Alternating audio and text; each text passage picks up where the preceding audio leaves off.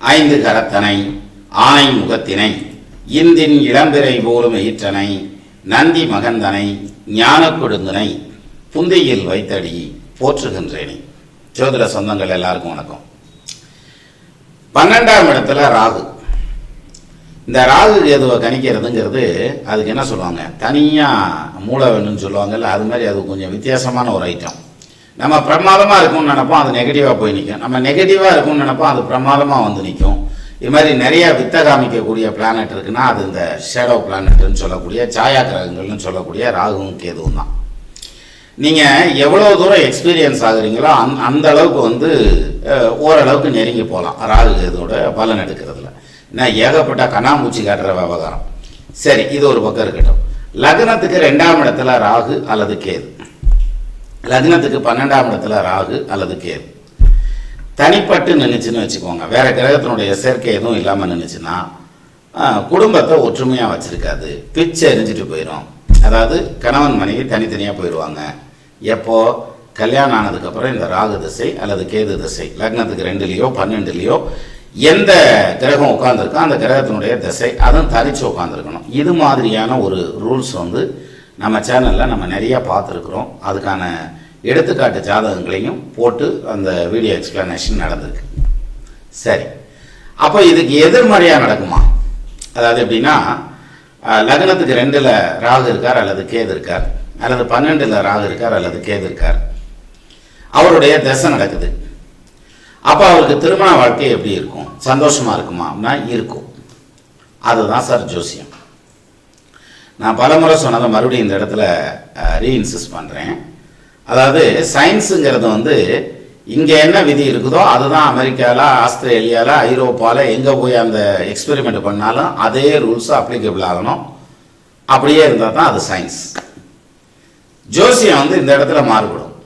ஒரு ஜாதகத்தில் 12ஆம் பாவத்தில் ராகு இருந்தால் அது கேது இருந்துச்சுன்னா குடும்பம் சில்லாக உடஞ்சி போயிடும் அப்படின்னு வரும்.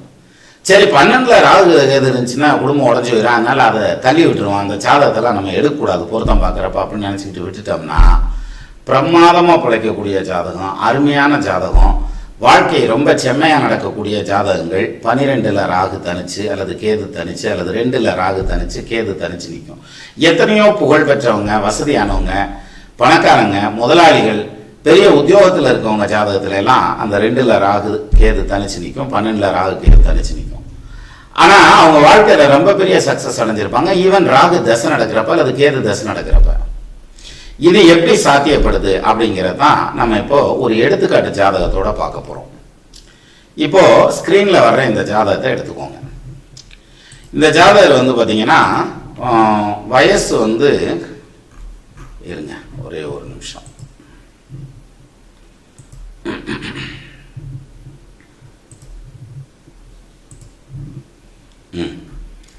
வயசு வந்து இவருக்கு போட்டிருக்குமே 34 வருஷம் 7 மாதம் 6 நாள், அதாவது 35 வயசு நடக்குது. சார் இதில் பாருங்க, இவருக்கு ஆல்மோஸ்ட் 21 வயசுலேருந்து 39 வயசு வரைக்கும் ராகு தசை நடக்குது. அது இந்த சார்ட்டில் இருக்குது, தெரியுது இல்லையா? 21லேருந்து 39 வரைக்கும். சரி, இப்போ இந்த 21 to 39ங்கிறது எல்லாம் லைஃப்பில் வந்து ப்ராப்பராக செட்டில் ஆகிற வயசு. அது தொழிலே ஆகட்டும், வேலையிலே ஆகட்டும், கல்யாணம் பண்ணுறது, குழந்தை குட்டி வைக்கிறது, சொத்து பத்து வாங்கிறது, வீடு வாசல் கட்டுறது, கார் வண்டி வாகன வசதிகள் வாங்கிறதுங்கிறது, இந்த மாதிரி எல்லா விதத்துலேயும் ஒரு ஜாதகன் முழுமையாக செட்டில் ஆகிறதுங்கிறது ஆல்மோஸ்ட் 22ல் ஆரம்பித்து அந்த 39-40 வயசுக்குள்ளே எல்லாம் செட்டில் ஆகிடுவாங்க. அப்போ இந்த செட்டில் ஆகக்கூடிய டைமில் இந்த ராகு தசை நடக்குது. ராகு இந்த ஜாதகத்துக்கு எங்கே உட்காந்துருக்குன்னு பாருங்கள், லக்னத்துக்கு 12ஆம் பாவத்தில் உட்காந்துருக்கார், தனிச்ச நிலையில் உட்காந்துருக்கார். அப்போ இந்த ஜாதகனுடைய வாழ்க்கை என்ன ஆகும் அப்படின்னா, யூஸ்வலாக நம்ம பார்த்துருக்க விதிப்படி எப்படி சொல்லலாம்னா, குடும்பத்தை சில்லாக பிச்சை எரிஞ்சிடும், அல்லது கல்யாணம் நடக்காது, நடந்தாலும் நல்லா இருக்காது, திருப்திகரமாக இருக்காது, குடும்பம் பிரிஞ்சிடும், அல்லது குழந்தை இல்லாமல் இருப்பாங்க, தொழில் சரியான தொழில் அமையாது, வெளிநாட்டில் வேலையில் இருப்பார், ஃபேமிலி இங்கே இருக்கும், இவர் வெளிநாட்டில் வேலையில் இருப்பார். இது மாதிரி விதவிதமான பலன்கள் எடுத்துக்கிடலாம். ஆனால் இந்த ஜாதகருக்கு அந்த மாதிரிலாம் ஒன்றும் கிடையாது. சந்தோஷமாக இருக்கார், குடும்பத்தோடு இருக்கார், நல்ல தொழிலோடு இருக்கார், நல்ல பொருளாதார விருத்தியோடு இருக்கார், உடல் ஆரோக்கியமாக இருக்கிறார், தம்பதிகளுக்கு இடையில ஒற்றுமை இருக்குது, பிரிவினை கிடையாது. எப்படிப்பா, எப்படா இதெல்லாம் சாத்தியம் அப்படின்னா அதுதான் சார் ஜோசியம். இப்போ இங்கே வந்து அந்த 12ல் ராகு நினைச்சுன்னா குடும்பத்தை பிச்சிருங்கிற ரூல்ஸ் வேலை செய்யலை பார்த்தீங்களா? இது எப்படி வேலை செய்யலை அப்படின்னா, இங்கே பாருங்கள், ராகு உட்காந்துருக்கிறது யார் சாரம்னு எடுத்துக்கங்க. முதல்ல ராகு யார் சாரம் வாங்கியிருக்காரு? உத்திராட நட்சத்திரம் 1ஆம் பாதம் அப்படின்னு சொல்லி இருக்கு. ராகு வந்து 12ஆம் பாவத்தில் உட்காந்துருக்காரு. உத்திராடங்கிறது சூரியனுடைய நட்சத்திரம்.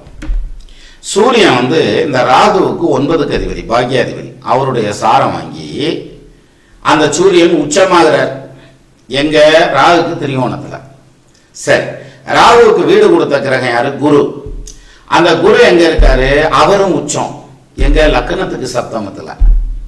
இப்போ இந்த ராகு தசை, ராகு கேதுவை பொறுத்த வரைக்கும் எங்க வேணாலும் உட்காரலாம் சார், அது மேட்டரே கிடையாது. அது என்ன செய்ய போகுது, அதாவது பாசிட்டிவான வேலை செய்ய போதா நெகட்டிவான வேலை செய்ய போதாங்கிறத ஐடென்டிஃபை பண்ணால் போதும். அந்த வகையில் இங்கே இந்த ராகு வந்து குரு வீட்டில் உட்காந்துருக்காரு, குரு உச்சம். சூரியன் சாரம் வாங்கி இருக்கார், சூரியன் உச்சம். இவங்க 2 பேரும் ஒருத்தருக்கு ஒருத்தர் மறையாமல் இருக்காங்க. யாரு? சூரியனும் குருவும் மறையலை. அப்போது சூரியன் குரு கேந்திரத்தில் இருக்காங்க. சூரியன் லக்னத்துக்கு மறையலை, ராகுவுக்கு மறையலை. குரு வந்து ராகுக்கு மறைஞ்சிருக்கார். ஆனால் மறைவு ஸ்தானம்னால அவர் உச்சமானதுனால அதுக்கும் மறைவில்லை, ராகுக்கு மறைவில்லை குரு. அதே மாதிரி லக்னத்துக்கும் மறைவில்லை. இப்படி எல்லா விதத்துலேயும் ஸ்ட்ராங்காக இருக்கு இல்லையா? இந்த ஜாதகருடைய வாழ்க்கை ராகு தசையில் பெரிய லெவலில் செட்டில் ஆகுது. எது? நல்ல தொழில், நல்லதொரு வருமானம், நல்ல சம்பாத்தியம், காசு வனம் சேர்றதுங்கிறது, வீடு வாசல் சம்பாதிக்கிறதுங்கிறது, சொத்து சுகம் சம்பாதிக்கிறதுங்கிற மாதிரியான அமைப்பு.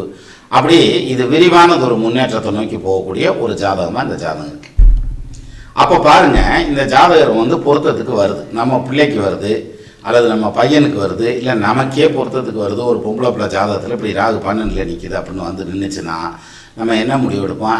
இது வேண்டாம், இது சரியாக வராது அப்படின்ற முடிவு எடுத்தால் அது எவ்வளோ தவறான முடிவு. என்ன காரணம்? 12ல் ராகு நிற்கிது, அதனால இது வேணாமியா அப்படின்னு எடுத்தோம்னா எப்படி போகும்?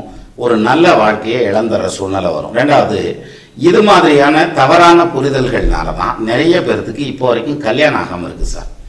ராகு இருக்குது, ராகு கேது இருக்குது, அப்புறம் செவ்வாய் தோஷம் இருக்குது, அல்லது வந்து சூரியன் செவ்வாய் சேர்ந்துருக்கு. இப்படி தவறான புரிதல்கள். அதனால நம்மளே வந்து ஜோசியத்தை பார்த்து, நம்மளே பொருத்தம் பார்த்து, நம்மளே வேணாம்ட்டுறோம். அப்போது நம்ம எக்ஸ்பீரியன்ஸுங்கிறது, நீங்களும் நானும் படிச்சிருக்கிறதெல்லாம் சின்னோண்டு தான் சார். ஜோசியம் கடல் அளவுக்கு பெருசு. அப்போ யாரும் அதை முழுசாக படிச்சுலாம் முடிக்க முடியாது. நான் முடிச்சிட்டேன் அப்படின்னு சொன்னேன்னா சொல்கிறவனுக்கும் பத்தலை, கேட்குறவனுக்கும் பத்தலைன்னு தான் அர்த்தம், வேற ஒன்றும் கிடையாது. ஸோ அந்த வகையில் இந்த மாதிரியான ஜாதகங்கள் வந்ததுன்னா கல்யாணத்துக்கு ஹெசிடேட் பண்ணாமல் நம்ம எடுத்துக்கிட்டோம்னா நிறைய பிள்ளைங்களுக்கு காலகாலத்தில் கல்யாணம் நடந்து சந்தோஷமாக செட்டில் ஆகாது. அப்போ 12ஆம் பாவத்தில் ராகு நின்றுச்சுன்னா குடும்பம் பிச்சு எரிஞ்சிடும். அதே 12ல் ராகு நின்றுச்சுன்னா குடும்பம் பிரமாதமாக பிழைக்கும். 2க்கும் இருக்குது சார் எடுத்துக்காட்டு.